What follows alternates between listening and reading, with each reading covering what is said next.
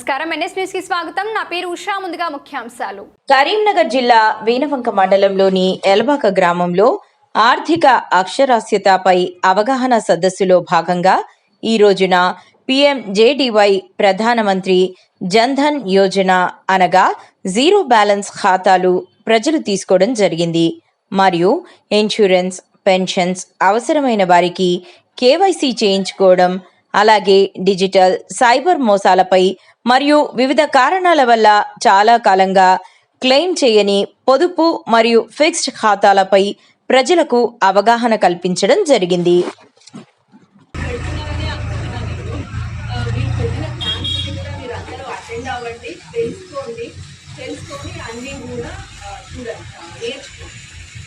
Madam ఒక మాట చెప్పండి.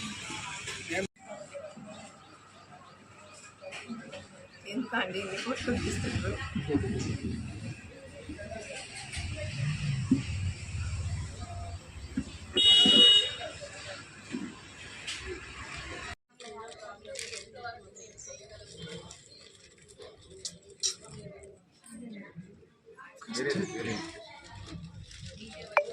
కళ్ళ ముందు ఇట్లాంటివి చాలా చూస్తున్నాం. ఉదాహరణలు ఎక్కడెక్కడో ఏమో జరుగుతున్నాయి. మొన్న ఈ మధ్య నేను మంచిర్యాల, సిరిసిల్ల అటు పక్కన కూడా ఇటువంటి మీటింగులు పెట్టాను.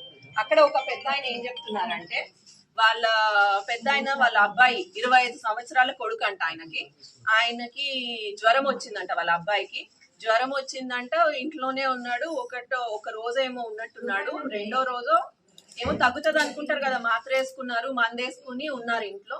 రెండో రోజు ఏమో ఆయన చనిపోయారు. వారికి కూడా వాళ్ళ అబ్బాయికి ఏదైతే పేరు మీద ఇన్సూరెన్స్ ఉండే వారికి కూడా 2 లక్షల రూపాయల ఇన్సూరెన్స్ ఇవ్వడం జరిగింది. మనము ఇన్సూరెన్స్ గురించి మాట్లాడేటప్పుడు ప్రతి ఒక్కరు అసలు భయపడతారు. ఇన్సూరెన్స్ అనగానే చనిపోయిన తర్వాత కదా, చనిపోవడం గురించి ఇప్పుడే ఎందుకు ఆలోచించాలి ఇంకోటి అనేది. చనిపోయినది అనేది ఇప్పుడు మనిషి పుట్టుక ఎంత కరెక్టో చనిపోవడం కూడా అంతనే కరెక్ట్. ఏదో ఒక రోజు ముందు వెనుక ఎప్పుడో ఒకప్పుడు ఎవరో ఒకరికి ప్రతి ఒక్కరికి వచ్చేది. దాని గురించి మనం ఎందుకు దానికి ప్లాన్డ్ గా ఉండి జాగ్రత్త పడ్డం మనకి మంచిదే కదా. ఇంట్లో 2-3 మనుషులుంటే దయచేసి ప్రతి ఒక్కరికి ఈ ఇన్సూరెన్స్ ఖచ్చితంగా చేయండి.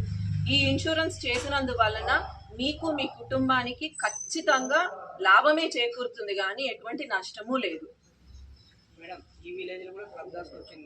అవునండి. మేము ఇన్సూరెన్స్ చేసుకుంటున్నాము అంటే అయ్యో ఎందుకు ఎప్పటిదో చనిపోయే దాని గురించి ఇప్పుడే ఆలోచించాలని మాత్రం దయచేసి అనుకోకండి.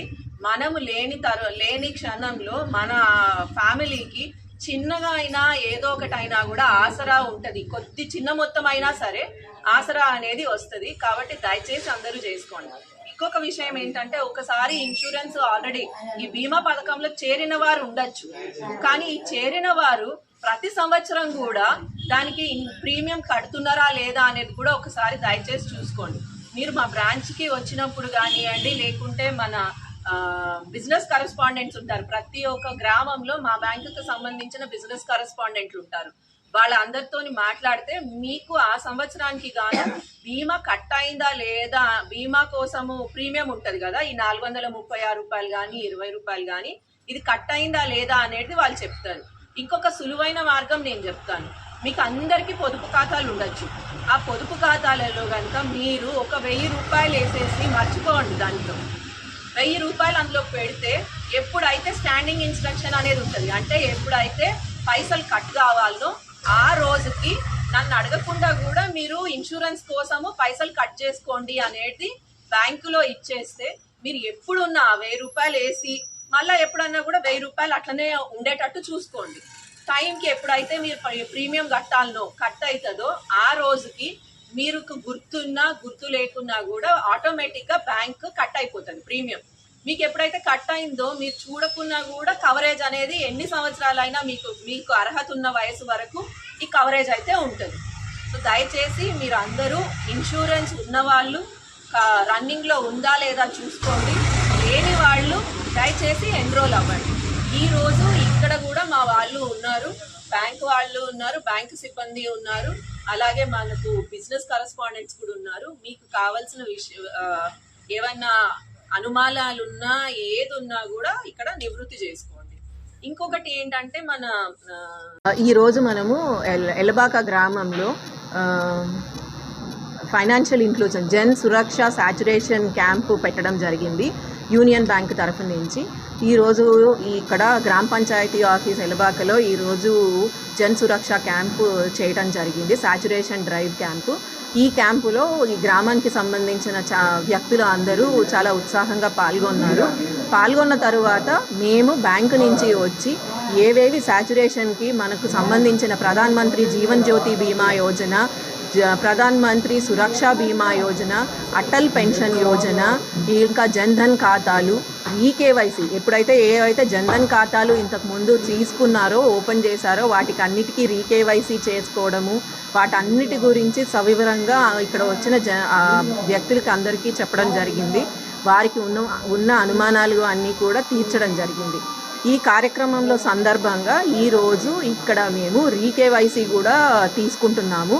చాలామంది ఉత్సాహంగా వాళ్ళు ఇంతకుముందు ఖాతాలు ఉన్న వాళ్ళందరూ కూడా వచ్చి వాళ్ళ ఆధారు ఇవన్నీ డాక్యుమెంట్స్ అన్నీ ఇచ్చి రీకేవైసీ కూడా తీసుకోవడం జరిగింది.